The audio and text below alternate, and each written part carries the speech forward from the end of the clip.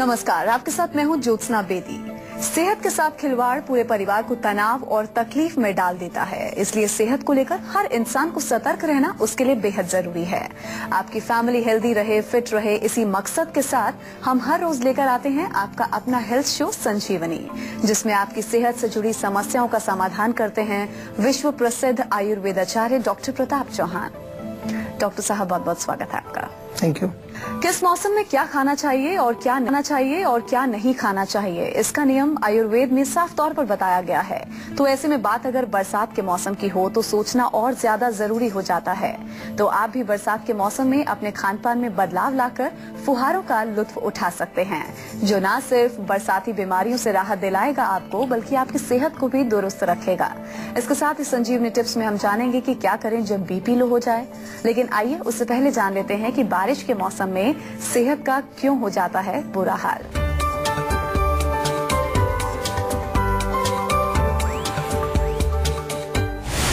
क्या आप बासी खाना खाते हैं? क्या आप दूषित खाना खाते हैं? क्या आप ज्यादा मसालेदार खाना खाते हैं?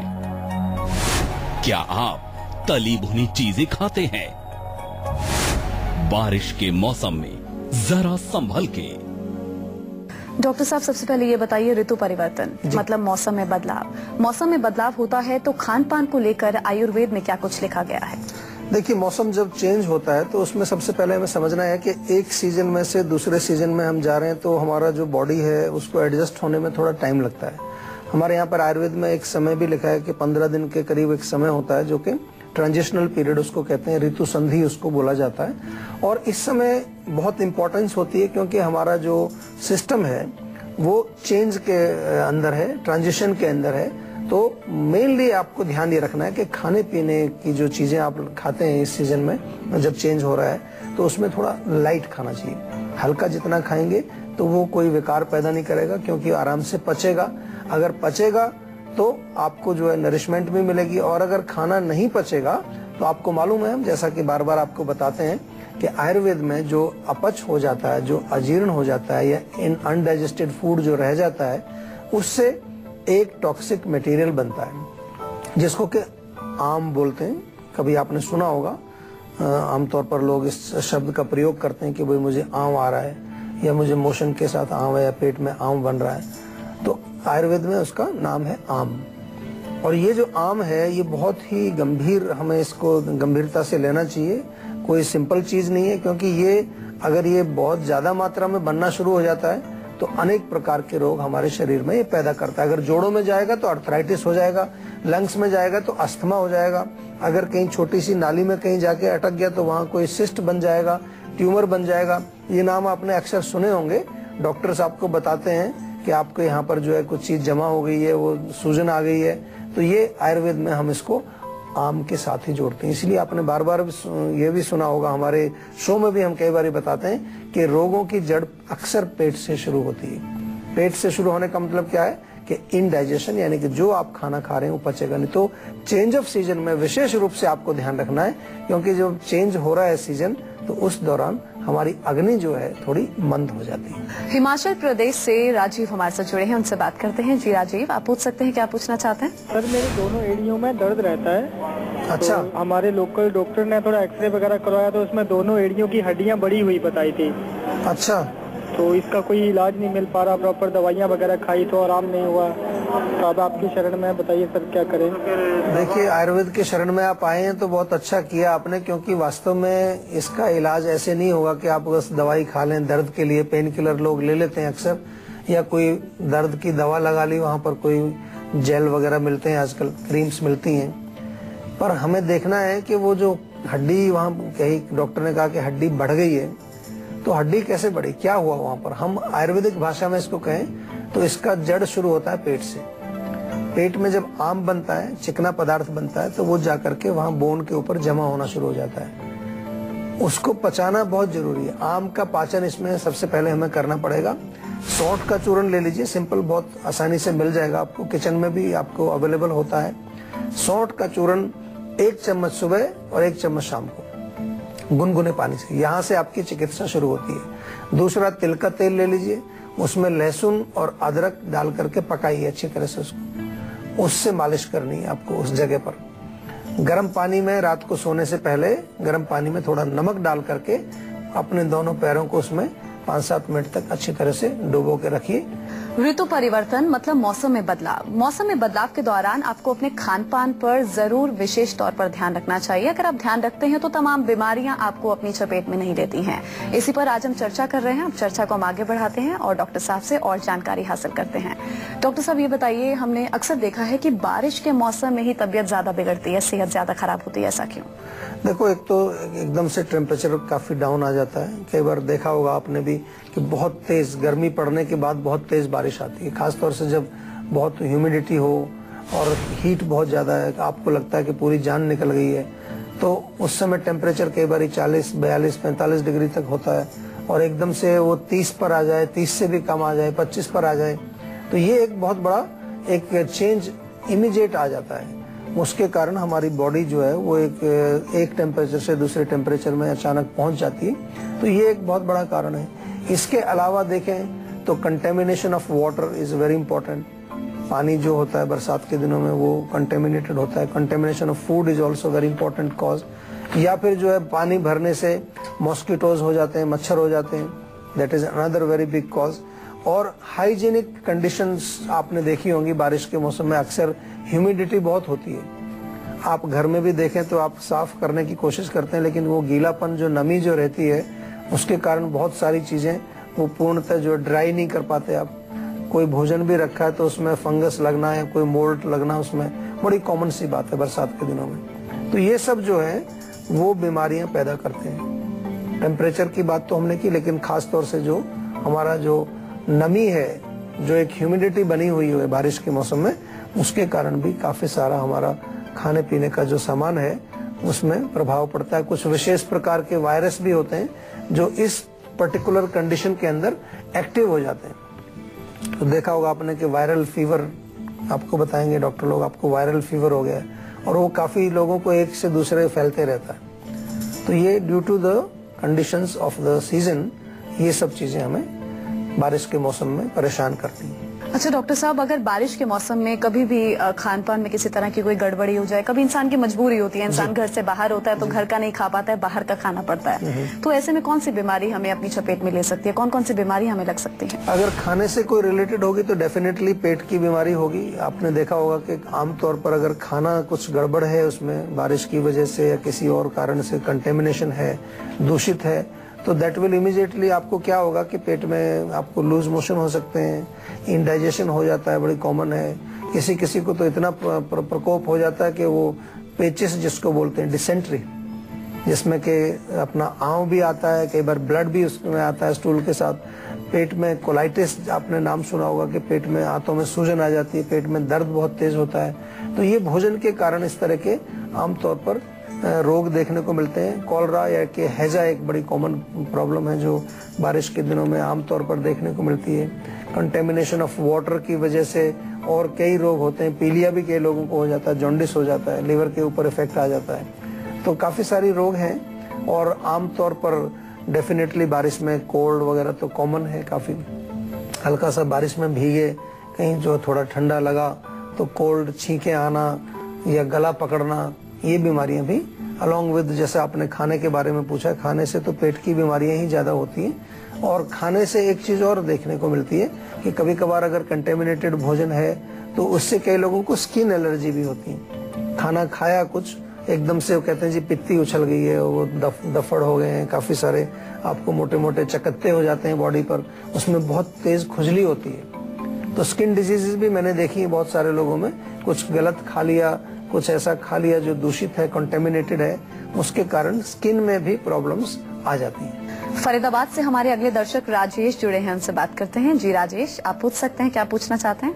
जी, जैसे कि मैं वॉशरूम कुछ भी खाता हूँ तो मुझे वॉशरूम जाना पड़ता है हमेशा। अच्छा, कुछ भी तो ये पचता नहीं है मुझे। नहीं, वॉशरूम मतलब आप you go for urine pass करने जाते हैं? हाँ जी, हाँ, यूरिन पास करना चाहता हूँ। मतलब कुछ भी खाते तो यूरिन आ जाता है आपको?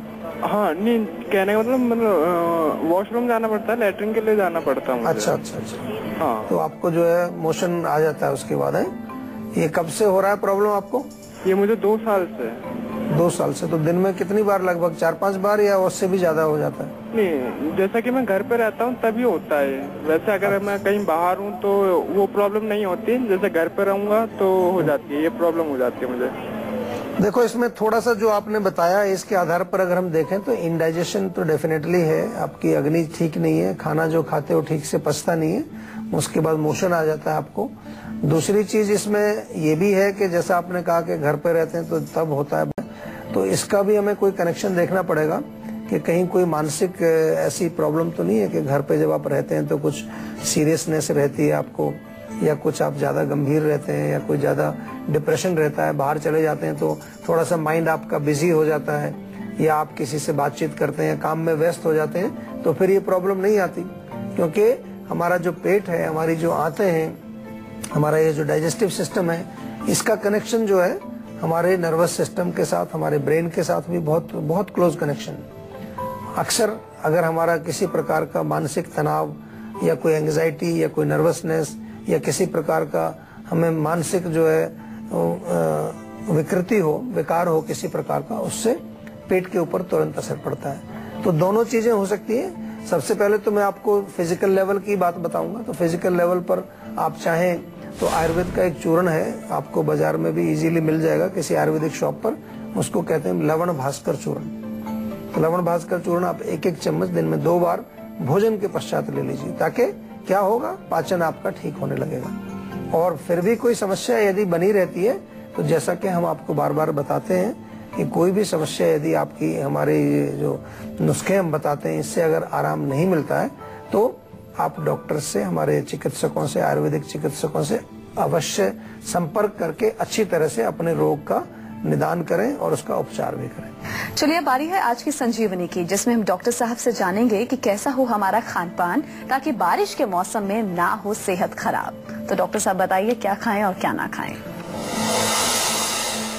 खाना जो है हल्का खाना चाहिए। जैसे मैंने कहा कि बरसात के मौसम में हमारी अग्नि जो है थोड़ी मंद होती है, स्लो होती है, it's not able to digest the food easily. तो सिंपल चीजें, मूंग की दाल का सूप बनाइए, बहुत बढ़िया रहता है। सब्जियां जो सीजनल वेजिटेबल्स आपको मिल रही हैं उनको अच्छी तरह से धो के, साफ करके उनका सूप बनाइए। या फिर जो है खिचड़ी बहुत अच्छी रहती है, या कोई भी लाइट जो आप डाइट खाएंगे, हल्का जो आराम से पच जाए, सुपाच्य भोजन हम इसको कहते हैं। इसके साथ साथ बहुत बढ़िया रहेगा, थोड़ा सा ताजा अदरक पानी में उबालें, चुटकी भर उसमें काली मिर्च का पाउडर डालें, चुटकी भर नमक डाल करके वो भी दिन में 2-3 बार आप पिए तो अग्नि आपकी तेज होती है। उससे जठराग्नि तेज होगी तो खाना पचेगा, ठीक रहेगा। इम्यूनिटी भी लो होती है बरसात के सीजन में। एक बड़ा कॉज जो बीमारियों का ये भी है कि इम्यूनिटी कमजोर हो जाती है, चेंज ऑफ सीजन में या बरसात के सीजन में भी देखने को मिलता है। तो इम्यूनिटी को बढ़ाने के लिए बरसात के सीजन में बहुत अच्छा रहेगा शहद। शहद आप ले आइए, जीवा में मिल जाएगा आपको, फोन के माध्यम से भी मंगा सकते हैं, और उसका सेवन करिए 1 टेबलस्पून भर के, ऐसे ही आप खा लीजिए। चाहे कोई आप अगर दूध पीते हैं, दूध में मिला के पी लीजिए। आप अगर छाछ पीते हैं, छाछ में मिला के भी लोग शहद पी लेते हैं, या कोई भी आप ऐसा कुछ गर्म पानी या कुछ उसमें मिला करके उसको ले सकते हैं, तो उससे बहुत फर्क पड़ता है। इसके अतिरिक्त जो है आप जो बनाएं एक ऐसी रेसिपी जो बॉडी के अंदर टॉक्सिन्स को बाहर निकाले। उसके लिए हमारे आयुर्वेद में लिखा है कि जैसे पुराने चावल हों, पुराने गेहूं हों, पुराने धान आपके कोई, या पुराना कोई भी अन्न हो, उसका सेवन करना चाहिए। उससे बल भी बढ़ता है और शरीर अच्छा रहता है, स्वस्थ रहता है बॉडी के लिए। बरसात के दिनों में ऐसा वर्णन हमारे आयुर्वेद में भी किया गया है। लेकिन बहुत इम्पोर्टेंट है कि ध्यान रहे आपको कि गरिष्ठ भोजन ना खाएं। अक्सर होता क्या कि बारिश पड़ी तो शुरू हो जाता है पकौड़े, समोसे और सब तली चीजें हम लोग खाना शुरू करते हैं, तो that is actually not very good. कभी कभार खाइए, पर ऐसा नहीं कि बहुत ज्यादा मात्रा में, तो क्योंकि वो हैवी भोजन है और अग्नि हमारी मंद है, पचा नहीं पाएगी। अगर वो ज्यादा हो जाएगा तो फिर प्रॉब्लम क्रिएट करेगा। तो इसलिए आपको बहुत ध्यान रखना है कि बारिश के मौसम में आपकी इम्यूनिटी अच्छी रहे, आपकी अग्नि भी अच्छी रहे, और किसी प्रकार के रोग आपको ना हो। बरसाती मौसम को लेकर सबसे अहम चीज यहाँ पर ये है कि जब भी हम खान पान कुछ भी खाते पीते हैं तो हमें तमाम सावधानियां बरतनी होती हैं और कुछ चीजों से परहेज भी करना होता है। वो क्या, उसके बारे में बताइए। देखिए, परहेज तो इसमें मुख्य रूप से जैसे मैंने कहा कि हमें देखना है कि 2 चीजें इसमें इम्पोर्टेंट हैं। एक तो हमारी जो डाइजेस्टिव फायर है, जिसको हम जठराग्नि बोलते हैं, वो कमजोर है। दूसरा इम्यूनिटी पावर, हमारी रोगों से लड़ने की शक्ति, वो भी कमजोर है। तो एक तो गरिष्ठ भोजन ना करें हम, विशेष रूप से जो देर से पचने वाले हैं, जैसे बहुत तली चीजें हैं, मिठाइयाँ हैं, या जो दूध से बनी चीजें हैं, इनका सेवन ना किया जाए। दूसरा जो है, ऐसी चीज ना खाएं जो कि हमारे इम्यूनिटी को लो करती है, जैसे जंक फूड हो गया, फास्ट फूड हो गया, इनका सेवन नहीं करना। और सबसे इम्पोर्टेंट चीज एक और मैं बता दूं कि बरसात के दिनों में खास तौर से जो बाहर हम रोड साइड पर हमारे जो खाने के काफी सारे रेहड़ियां लगी होती हैं, कई जगह आपने देखा होगा, उससे तो बिल्कुल स्ट्रिक्टली आपको बरसात में बचना है। क्योंकि ह्यूमिडिटी की वजह से, मैंने पहले भी बताया, नमी होने की वजह से भोजन बड़ी जल्दी खराब होता है और उसमें बहुत सारा जो है कंटेमिनेशन आ जाता है। विशेष रूप से अगर आपको थोड़ा सा अपने स्वास्थ्य के प्रति थोड़ा भी जागरूकता आप रखते हैं, तो ये छोटी छोटी सी चीजें आपको बहुत लाभ पहुंचाएंगी। अगर आप भी चाहते हैं कि बीमारियां आपके आसपास ना फटकें और फिट एंड हेल्दी बने रहें आप, तो आप इस नंबर पर 0129404004 पर अपना नंबर जल्द से जल्द रजिस्टर कराएं। उसके बाद डॉक्टर चौहान के पैनल के डॉक्टर्स आपको खुद फोन करेंगे और आपकी सेहत से जुड़ी प्रॉब्लम का सोल्यूशन आपको बताएंगे। यहाँ वक्त हो चला एक छोटे से ब्रेक के बाद बारी है संजीवनी टिप्स की, जिसमें डॉक्टर साहब से हम जानेंगे कि क्या करें अगर बीपी लो हो जाए। इसलिए आप कहीं मत जाइए, बने रहिए हमारे साथ और देखते रहिए मनपसंद हेल्थ शो संजीवनी, ताकि स्वस्थ रहें आप।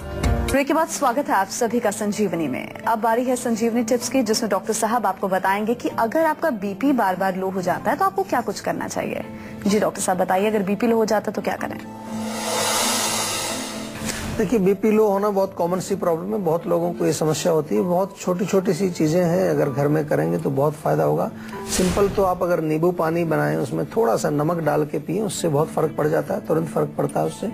या किशमिश आप ले लीजिए, 15-20 किशमिश रात को पानी में भिगोइए, सुबह उसको खाली पेट अच्छी तरह से चबा चबा करके उसको खाइए। वो पानी भी आप साथ में पी सकते हैं। और इसके अतिरिक्त जो है, गाजर का सीजन है, अगर गाजर, चुकंदर, पालक, इनका सूप बना करके आप पी सकते हैं, या इनका जूस भी बना करके आप पी सकते हैं, उससे भी आपको फर्क पड़ेगा। शहद अगर आपके पास है तो शहद आप ऐसे ही खा लीजिए, हल्का सा गुनगुना पानी करके उसमें शहद में मिला करके आप पिएंगे, उससे भी आपको बहुत फर्क पड़ेगा। और बादाम और खजूर, इनका जो है, बादाम रात को भिगोइए, सुबह छिलका उतार के पेस्ट बनाइए, खजूर छोटा छोटा सा काट के 1 गिलास दूध में अच्छी तरह से उबाल लीजिए। तो बादाम और खजूर का दूध अगर आप पिए तो उससे भी आपको काफी फर्क पड़ता है। बहुत बहुत शुक्रिया डॉक्टर साहब। थैंक यू जी। आज के लिए बस इतना ही। अगले एपिसोड में आपकी हेल्थ से जुड़ी किसी नई प्रॉब्लम पर हम डिस्कस करेंगे और साथ साथ आपको सोल्यूशन भी देंगे। अगर आपको भी हेल्थ से रिलेटेड कोई प्रॉब्लम है तो हमारा नंबर 0129404004 है, आप इस पर कॉल कर सकते हैं और जल्द से जल्द अपनी कॉल रजिस्टर करवा सकते हैं। आप हमें ईमेल भी कर सकते हैं, हमारा ईमेल आईडी है info@jiva.com। आप फेसबुक के जरिए भी हमसे जुड़ सकते हैं, हमारी फेसबुक आईडी है www.facebook.com/jiva ayurveda। तो इसी उम्मीद के साथ कि आप हमेशा खुश रहें, फिट रहें, इसी उम्मीद के साथ फिर से आपसे मुलाकात होगी। तब तक के लिए मुझे दीजिए इजाजत। नमस्कार।